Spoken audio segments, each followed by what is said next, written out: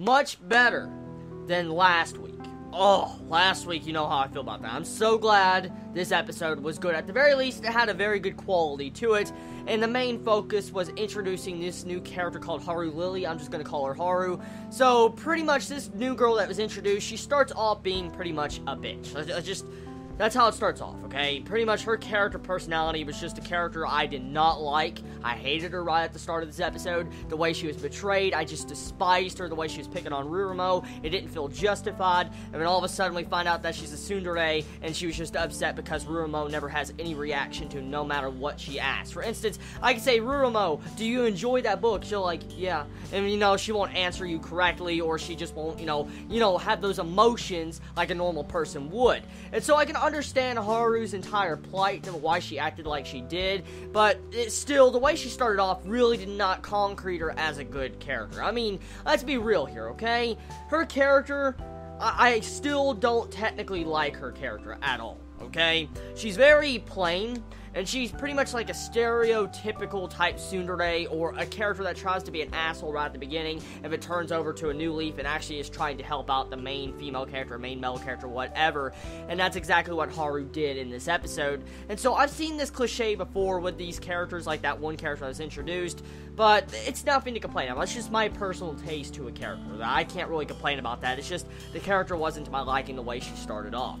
Now, one thing, though, I will say is this episode had some good comedy moments, and the main thing that we really can get from this episode that goes to the entire whole of this entire series is that Rurumo is constantly saying Kota in this entire episode, and when you have, Haru actually key in on this and realize that she says it multiple times, and it seems like the one thing she truly cares about and shows emotions to is stuff around Kota. So I like that a lot, and the big thing that once again is brought to the table in this episode is that Rurumo does not know that she is killing Kota. And each time he wishes, or a wish is granted from him, or a little bit of magic is used, pretty much he's dying. And as you can clearly see, once again, Rurumo does not know this, but Harulily does know this, but she did not say nothing to Rurumo.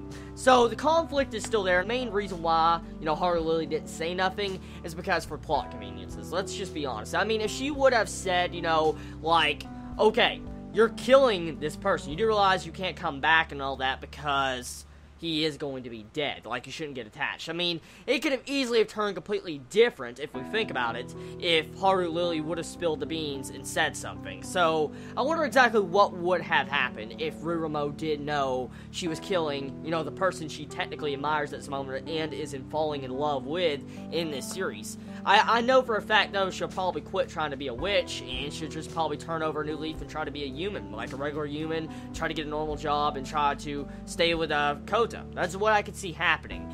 Overall, the episode was very good. It's very standard. I don't expect this anime to bring anything new to the table. I want to be honest. I knew that when I walked into the series, but for the most part, I'm still enjoying it. I've enjoyed this episode, even though there was one fan service moment in this episode with a panty shot. It's nothing too bad to distract the entire episode. Thank God they got rid of that, like in the first part of this episode. It was just done and it was over with. And pretty much after that, there was not much fan service. So tell me your thoughts about this episode on Majimoji Rurumo. Did you all enjoy it? Did you all hate it? What was your favorite moments about it? And do you feel like this series is going to do something very shocking? And most likely it might, go back into that serious mode it had when you saw a Neko die a couple episodes back? Or do you think it's going to stay on this one track, cliche top route, like for instance with the characters or the, like the beach episode, stuff like that? Do you feel like, it's going to go back to those elements, or do you feel like it's going to go into drama? Let me know in the comments below. I'm curious what you all think. I love all of you so much. You all have a wonderful day or night wherever you live. Please be safe. Chibi out.